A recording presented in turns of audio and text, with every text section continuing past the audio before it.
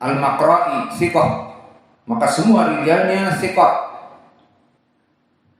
Dan Abdullah ibnu Luhai adalah Abdullah ibnu Amir bin Luhai. Dan Abdullah ibnu Qardin dia adalah sahabi. Maka hadis ini sanadnya sahih.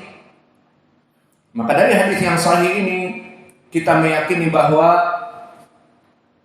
hari-hari tasyrik, terutama Ayyamul Qir, hari ke-11, sebagian ulama mengatakan, dan boleh juga yang berikutnya dari Ayyamul Tasyrik, adalah hari yang agung di sisi Allah. Lalu masih berhubungan dengan hukum-hukum syariah yang berhubungan dengan hari ini, apa yang kita lakukan pada hari yang agung ini? Pertama, tidak boleh berpuasa.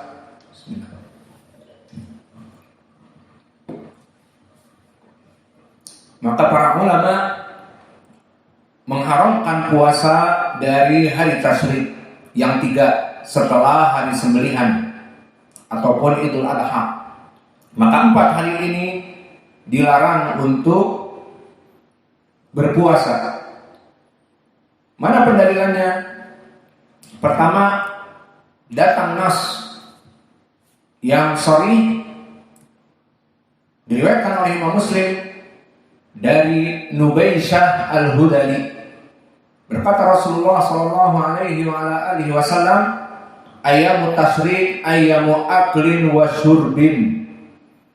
Bahwa hari tasyrik adalah hari makan dan hari minum. Dan di riwayat setelahnya wa dzikrullah, dan hari bertakbir, berzikir kepada Allah. Maka dari hadis yang sahih diriwayatkan oleh Imam Muslim ini dari Nubaysyah Al-Hudali, seorang sahabi, maka tidak boleh di hari-hari tasyrik yang kita dapati padanya kita makan dan kita minum dan kita berzikir kepada Allah, tidak boleh berpuasa. Dan pendalilan tidak boleh berpuasa juga telah datang riwayat yang lain. Diriwayatkan oleh Imam Ahmad dan juga oleh Imam Ibnu Huzaimah. Diriwayatkan oleh Imam Ahmad dari jalan Rawh, haddatsana Malik an Yazid ibn Abdullah ibn Al-Had an Abi Murrah maula Ummi Hani. Maka sahabatnya Abu Murrah maula Ummi Hani, sahabatnya Abdullah bin Amr bin Al-As di saat Abi Murrah maula Ummi Hani bertanya kepadanya.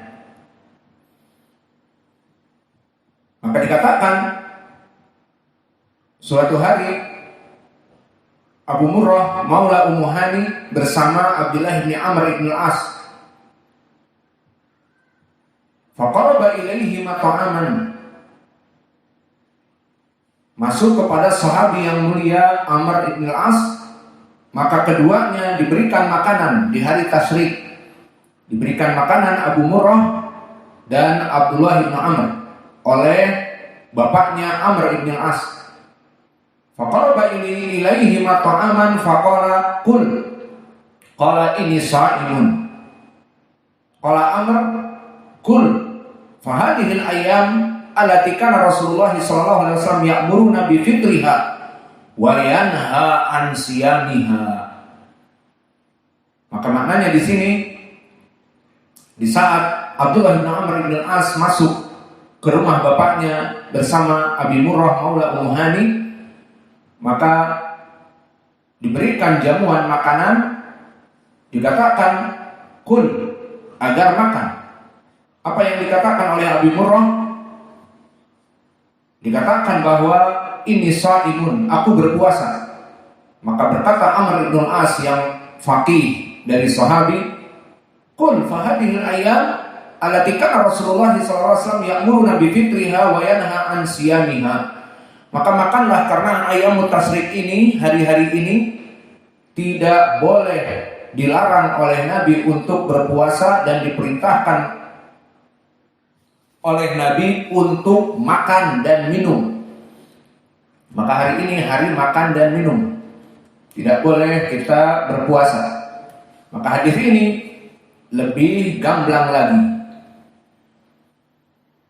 Dan di riwayat Imam Ibnu Huzaimah, kalau tadi di riwayat Imam Ahmad dari jalan Rawh, dari Malik, dari Yazid ibn Abdullah ibn Al-Had, dari Abi Murrah, dari Abdullah ibn Amr ibn As.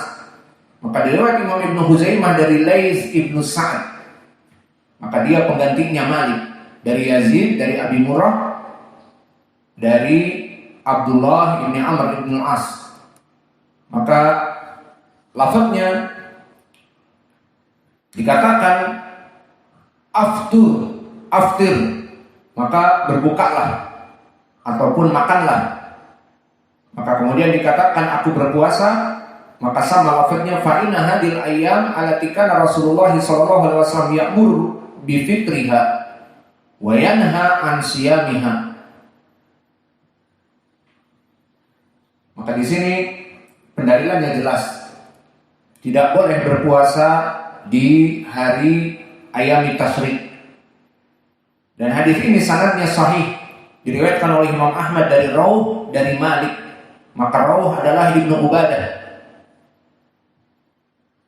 Dan adapun Abu Murrah, dia namanya Yazid, maula Ummu Hani. Maka inilah dari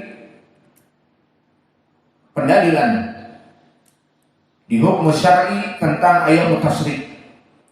Berarti kita simpulkan ayam tasyrik apa? Hari makan dan minum.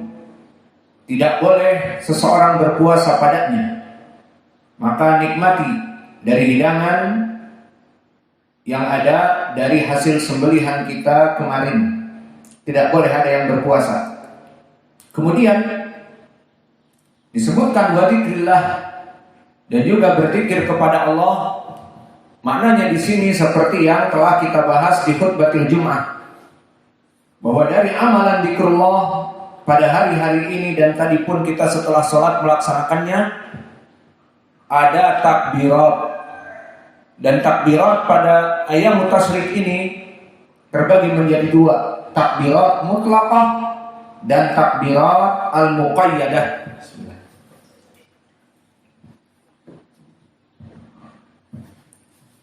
Alhamdulillah. Ayam tasyrik ngajar pun sambil minum. Ayam aklin masyurbin wa dzikrullah.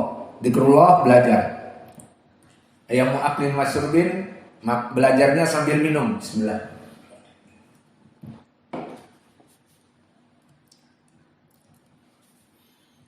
Maka dari dzikrullah yang kita lakukan pada hari-hari tasyrik ini ada takbirat mutlaqah dan takbirat muqayyadah.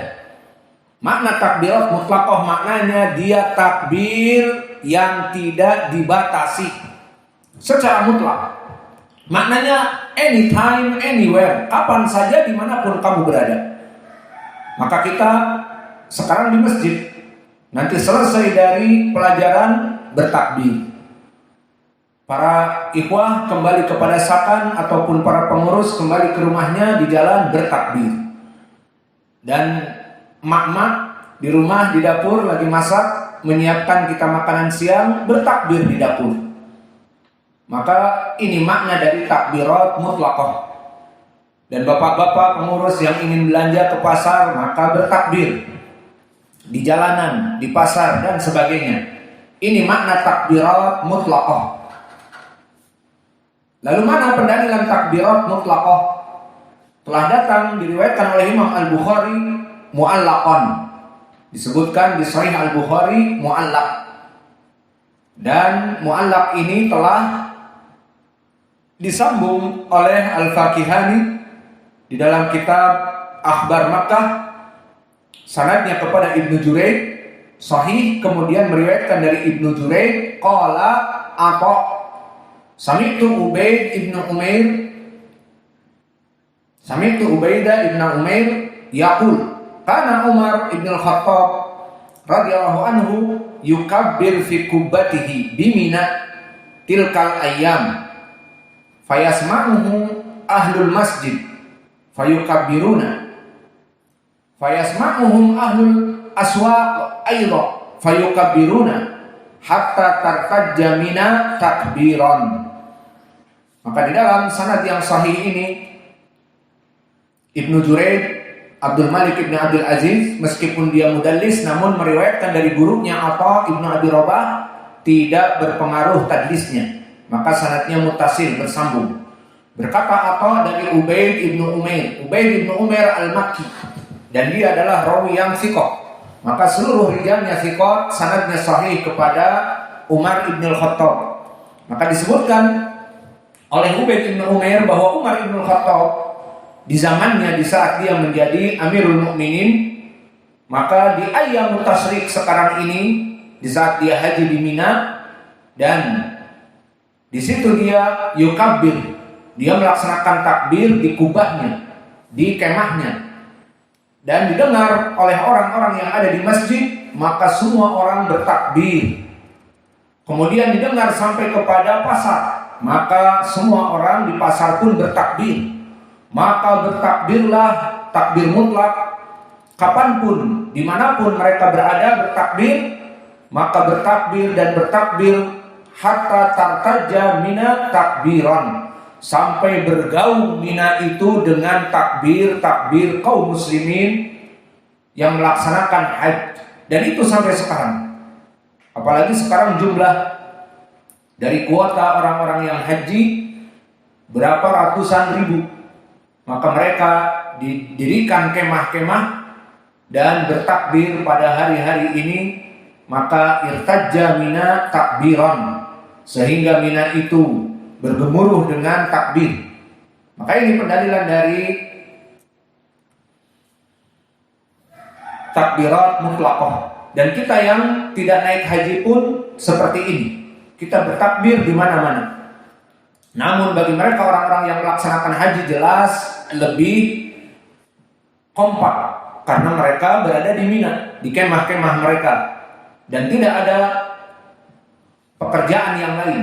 Kalau di sini ada yang di pasar jualan, ada yang belanja, ada yang mungkin sudah masuk kantor dan sebagainya. Yang jelas fattakullah mastata'tum, semampu kita untuk melaksanakan takbir mutlaqah. Dan pendalilan yang kedua diriwayatkan oleh Imam Al-Bukhari juga mu'allaqan dan disambung oleh Al-Fakihani, masih dari jalan Ibnu Juraid akhbarani Nafi' an Ibnu Umar. Maka di sini sanadnya sahih. Ibnu Juraid mendengar dari Nafi' dengan lafaz tasrih akhbarana Nafi'. Bismillah. Sehingga terangkat tadlis Ibnu Juraid. Dikatakan oleh Nafi' dulu Ibnu Umar yukabbir bi Mina tilkal ayyam wa khalfas salawat wa ala firashihi wa fi majlisihi wa fi mamsyah tilkal ayyam jami'an. Maka